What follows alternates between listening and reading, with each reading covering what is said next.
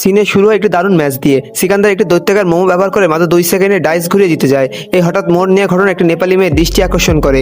মেয়েটি ভাবে, চলো আমিও এর সঙ্গে খেলি। সিকান্দার পুরো আত্মবিশ্বাস ভরা থাকে এবং সে তার সমস্ত টাকা বাজি রেখে দেয়, কারণ সে গোপনে প্রতারণা করেছিল। পরের মধ্যে সিকান্দার বক্সের ভিতরে জোরে একটা নিঃশ্বাস ফেলে, যাতে মোমো বুঝতে পারে তাকে কি করতে হবে।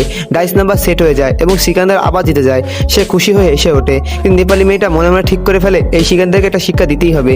সে নিজের কোট খুলে ফেলে এবং তার ট্রেনিং ব্যবহার করে এক চমকে দিয়ে আক্রমণ করে। সে বক্সটিকে এমনভাবে ছুঁড়ে মারে যেন সেটা একটা বলের মতো কাজ করে। মোমোর মাথা ঘুরে যায়। মাত্র 2 সেকেন্ডে মেয়েটি খুশি হয় এবং বক্সটা তুলে নেয়, কিন্তু যখন সে দেখে সে অবাক হয়ে যায়। সিকান্দার আবার জিতে গেছে এবং সে খুশি হয়ে হেসে যাচ্ছে। ঠিক তখনই হঠাৎ করে মোমোর বক্সের ভিতর থেকে বমি করে ফেলে এবং বক্স থেকে মোমো বেরিয়ে আসে। সবাই অবাক হয়ে যায়। সিকান্দার তখন দাঁড়িয়ে থেকে মিথ্যা অভিযোগ তোলে, মোমো আর নেপালি মেয়ে এক দল, এই বক্সটা তোর হাতে মানে তুই আর এই দৈত্য একসাথে। মেয়েটিও বিস্মিত হয়। ঠিক তখনই মোমো রেগে গিয়ে সবার সামনে বলে ফেলে, এই সিকান্দারই আমার আসল মালিক, ওই মিথ্যা বলছে।